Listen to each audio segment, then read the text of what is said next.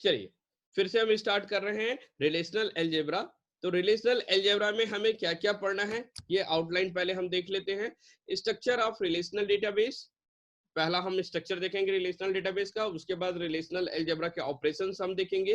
Relational algebra के operation में different types of जो ऑपरेशंस होंगे जैसे कि select operation, project operation, insert operation, union operation, इस प्रकार के डिफरेंट 10 ऑपरेशन हम इसमें डिस्कस करेंगे। देन आफ्टर हम डिस्कस करेंगे रिलेशनल कैलकुलस। रिलेशनल कैलकुलस में दो प्रकार की हम डिस्कस करेंगे, उसमें टबल्स और डोमेन कैलकुलस। इसके बाद एक्सटेंडेड रिलेशनल अलजेब्रिक ऑपरेशन होंगे जिसमें मैथमेटिकल से रिलेटेड जो ऑपरेशन होंगे डेटाबेस के बीच में, जैसे कि सम, एवरेज, मिनिमम, मैक्सिमम, इस प्रकार की चीजों का हम डिस्कशन करेंगे। अब आता है हमारा सबसे पहला topic structure of relational database. Relational database का स्ट्रक्चर क्या होता है? रिलेशनशिप डेटाबेस टेबलों के संग्रह और उन टेबलों के बीच रिलेशनशिप से बना होता है। इससे पहले हमने ईआर डायग्राम देखा था। ईआर डायग्राम में देखा था that are the relationship between the two entities. वहां पर दो एंटिटियों के बीच में रिलेशनशिप होता है, but there is same concept, यहां पर भी सेम कॉन्सेप्ट है। वहां पर एंटिटी के बीच रिलेशनशिप था, यहां पर टेबल के बीच में रिलेशनशिप है, एंटिटी ही टेबल है। तो यहां पर हर एक ध्यान में ये रखना है कि जब हम टेबलों के बीच रिलेशनशिप बनाएंगे तो टेबल का नाम क्या होना चाहिए? यूनिक होना चाहिए। टेबल के नेम डुप्लीकेटरी नहीं हो सकते, सेम नाम के दो टेबल नहीं हो सकते। और उन टेबलों के अंदर जो कॉलम होंगे, जो उनके फील्ड होंगे, जो उनके प्रॉपर्टीज होंगे, वो भी कैसे होने चाहिए? यूनिक होने चाहिए, उसमें भी डुप्लीकेसी नहीं हो सकती है। तो उन फील्ड के बीच में भी रिलेशनशिप हम यहाँ पर देखेंगे। तो टेबल्स एक क्या है, यहाँ पर अंततः हम क्या कह सकते हैं कि रिलेशनशिप डेटाबेस टेबलों के संग्रह और इन टेबलों के बीच रिलेशनशिप से बना होता है। टेबल फील्ड से बने होते हैं।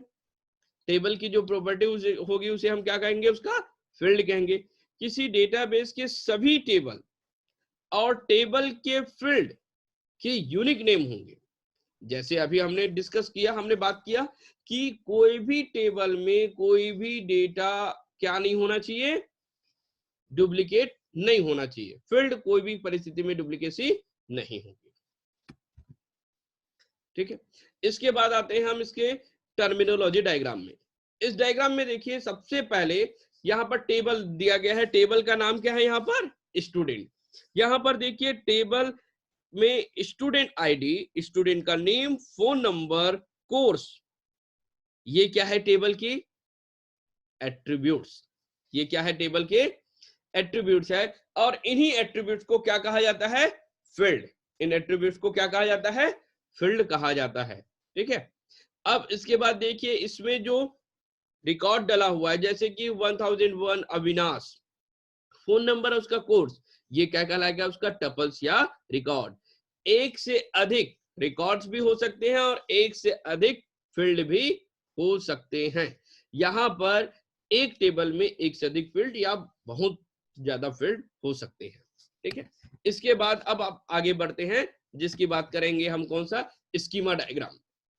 एक डेटाबेस जो बना हुआ है, किसी भी डेटाबेस की स्कीमा को उसकी प्राइमरी की व फॉरेन की सहित डिपेंडेंसी और उसकी स्कीमा डायग्राम के जरिए ही रिप्रेजेंट किया जा सकता है। यहां पर कॉन्सेप्ट आ रहा है प्राइमरी की। प्राइमरी की क्या है? जो उस टेबल को यूनिकली, उस टेबल की पर्टिकुलर रो को यूनिकली आइडेंटिफाई करेगा, वो क्या कहलाएगा? उसका प्राइमरी की कहलाएगा। और हमने बात किया था कि सेम नाम का की अगर किसी दूसरे टेबल में है तो एक टेबल का प्राइमरी की दूसरे टेबल में सेम क्या कहलाता है? फॉरेन की कहलाता है। तो प्राइमरी की और फॉरेन की डिपेंडेंसी और उसके रिप्रेजेंटेशन को पिक्चोरियल फॉर्म में रिप्रेजेंट किया गया है यहाँ पर स्कीमा डायग्राम में। ये जो आपको डायग्राम दिया गया है एक बैंक से रिलेटेड है, बैंक की अकाउंट्स स्कीमा डायग्राम है जिसे हम कहते हैं बैंकिंग इंटरप्राइज का। यहाँ पर देखिए सबसे पहले है ब्रांच। ब्रांच, ब्रांच में ब्रांच का नेम, ब्रांच की सिटी और उसके एसेट्स है। इसी प्रकार account, account number, branch name, balance.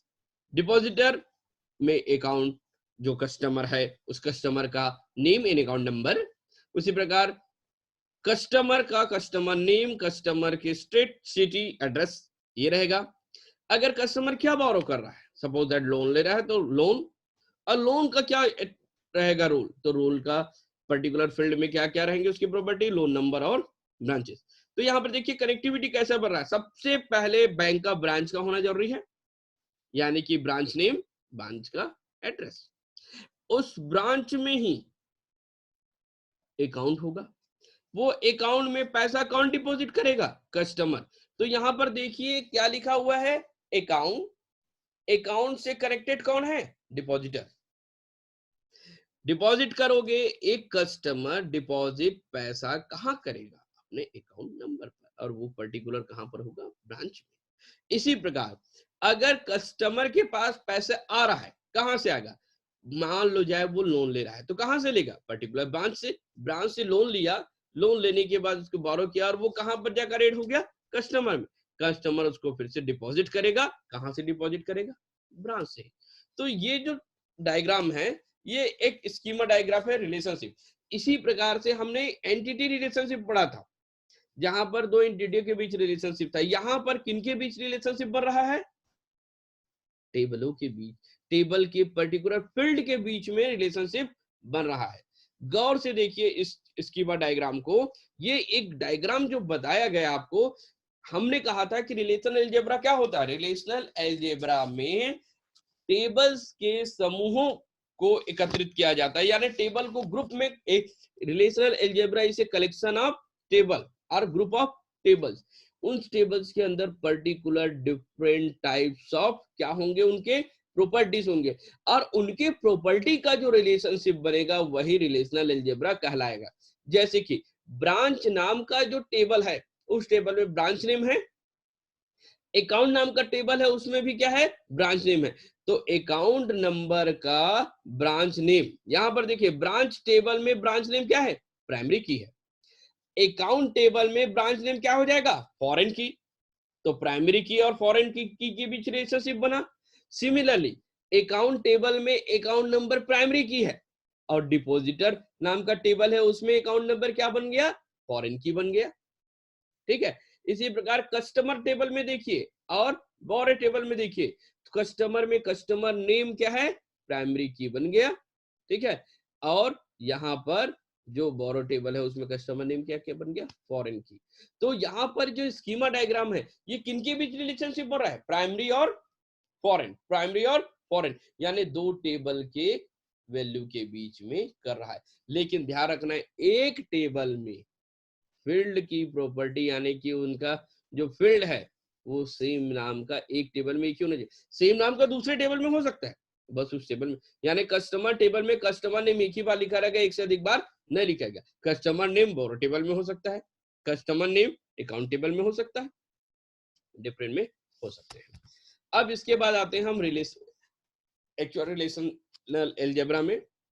तो रिलेशनल अलजेब्रा एक क्या है, प्रोसीजरल क्यूरी लैंग्वेज है। इसमें इनपुट के रूप में एक या दो रिलेशनशिप को लिया जाता है, वह रिजल्ट के रूप में नया रिलेशनशिप बनाया जाता है।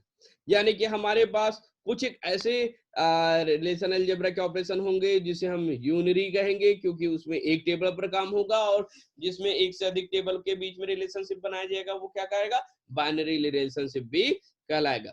रिलेशनल अलजेब्रा में मुख्यतः जो ऑपरेशंस होते हैं वो होते हैं select, project, union, set difference, Cartesian product, rename और सेट डिफरेंस। इसके अलावा कुछ एडिशनल जो इसमें शामिल किया गया है वो है सेट इंटरसेक्शन, नेचुरल ज्वाइन व असाइनमेंट डिवीजन और असाइनमेंट ऑपरेशंस। सेलेक्ट ऑपरेशन एक यूनरी ऑपरेशन कहा जाएगा, क्यों, क्योंकि वो एक टेबल पर ऑपरेशन परफॉर्म होगा। अन्य तीन ऑपरेशन जैसे कि हमारे पास यूनियन, सेट डिफरेंस और कार्टेशियन प्रोडक्ट को बाइनरी ऑपरेशन कहेंगे, क्यों, क्योंकि वो एक से अधिक टेबल पर या दो रिलेशनशिप के बीच में काम करेगा। तो हम एक एक करके चलते हैं। सबसे पहले हम चलते हैं सेलेक्ट ऑपरेशन। सेलेक्ट ऑपरेशंस को सिग्मा सिंबल से दर्शाया जाता है, मैथमेटिक्स से लिया गया है ये सिंबल, सिग्मा सिंबल से इसको दर्शाया जाता है। इस ऑपरेटर का यूज टपल्स को सेलेक्ट करने के लिए किया जाता है और दी